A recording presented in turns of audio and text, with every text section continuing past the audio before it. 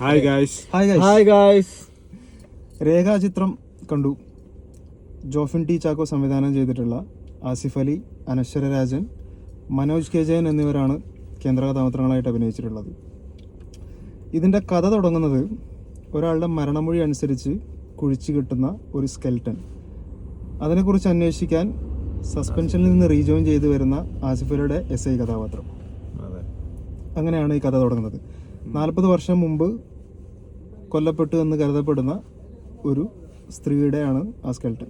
തുടർന്നുണ്ടാകുന്ന അന്വേഷണ കഥയാണ് ഈ സിനിമ പറയുന്നത്. ഫസ്റ്റ് ഹാഫ് ഗംഭീരമായിട്ട് ചെയ്തിട്ടുണ്ട്. ഫസ്റ്റ് ഹാഫ് പോകുന്നത് നല്ല റിയലിസ്റ്റിക് ആയിട്ട്, നല്ല റൂട്ടറായിട്ട് കഥ പറയുന്ന ഒരു ഒതൻറ്റിക് മലയാളം ത്രില്ലർ എന്ന് വേണം പറയാൻ, അല്ലേ? പോസിറ്റീവ് എന്ന് പറഞ്ഞാൽ ഇതിൻ്റെ ബാക്ക്ഗ്രൗണ്ട് സ്കോറും അതുപോലെ ഇത് എടുത്തിരിക്കുന്ന രീതിയും, സ്റ്റോറിയാണ് അതിന്റെ ബേസ്. സ്റ്റോറി രക്ഷയില്ല, അടിപൊളി ഒരു സ്റ്റോറിയാണ്. നന്നായിട്ട് നല്ല വൃത്തിക്ക് എടുത്ത് വെച്ചിട്ടുണ്ട്. എല്ലാവരുടെ പെർഫോമൻസും അടിപൊളിയായിരുന്നു. അതെ, എല്ലാവരും ഗംഭീരമായിട്ട് അഭിനയിച്ചിട്ടുണ്ട്. സെക്കൻഡ് ഹാഫിൽ വരുമ്പോൾ ഇതിൽ ഏറ്റവും രസം എന്താണെന്ന് വെച്ച് കഴിഞ്ഞാൽ, മമ്മൂക്കയുടെ കാതോട് കാതോരം എന്ന സിനിമയുടെ ബാക്ക്ഡ്രോപ്പിലാണ് ഇതിൻ്റെ സെക്കൻഡ് ഹാഫ് വരുന്നത്.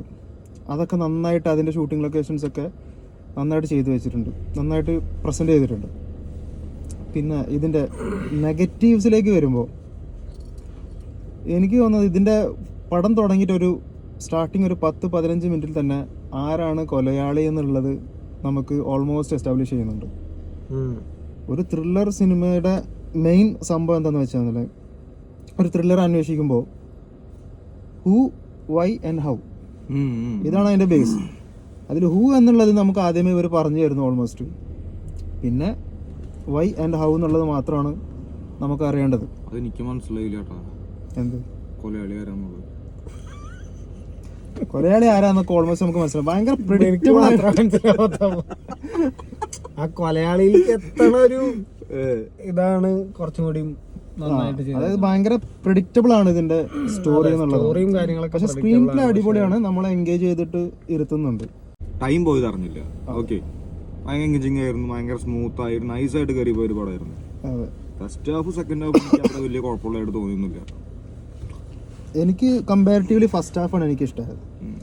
സെക്കൻഡ് ഹാഫിൽ ഒരുപാട് നല്ല എലമെന്റ്സ് ഉണ്ട്, കുറച്ച് ക്യാമിയോസ് ഒക്കെ വരുന്നുണ്ട്, അത് നന്നായിട്ട് എടുത്തു വെച്ചിട്ടുമുണ്ട്.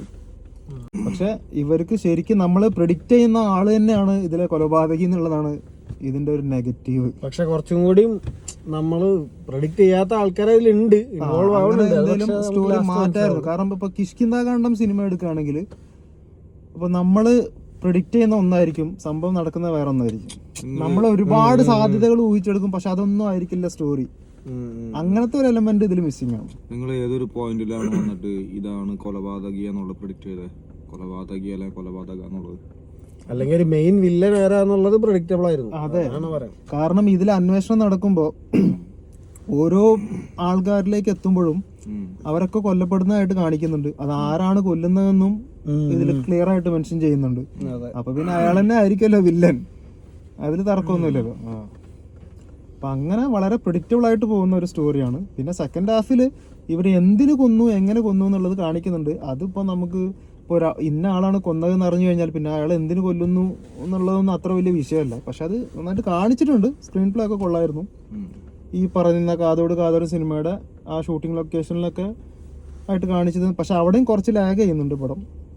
സെക്കൻഡ് ഹാഫിൽ ഈ അനശ്വരയുടെ സ്റ്റോറി വരുമ്പോൾ പല സ്ഥലങ്ങളിലും ലാഗ് ചെയ്യുന്നുണ്ട്. പക്ഷെ ഓവറോൾ നോക്കുമ്പോൾ ഇറ്റ്സ് ഓക്കെ, നല്ലൊരു decent watch, one time watchable ആയിട്ടുള്ള ഒരു ത്രില്ലറാണ്. അങ്ങനെയാണ് എനിക്ക് തോന്നുന്നത്. 85 കാലഘട്ടം കാതോട് കാതോർ എന്ന് പറഞ്ഞ സിനിമയുടെ ആ ഒരു ലൊക്കേഷൻ സംഗതികളൊക്കെ വളരെ മനോഹരമായിട്ട് അടിപൊളിയായിരുന്നു. അതൊക്കെ കിഡിലിനായിട്ട് എടുത്ത് വെച്ചിട്ടുണ്ട്. പിന്നെ അതിൽ ക്ലൈമാക്സിൽ വരുന്ന വോയിസ് ഓവറൊക്കെ മൊത്തത്തിൽ കുഴപ്പമില്ല. കാണുന്നവർക്ക് തിയേറ്ററിൽ പോയിട്ട് ഒരു പ്രാവശ്യം കാണാം, അത്രേ ഉള്ളൂ. അപ്പൊ ശരി, അപ്പൊ അത്രയൊക്കെ ഉള്ളൂ. അപ്പൊ ഓക്കെ, ബൈ.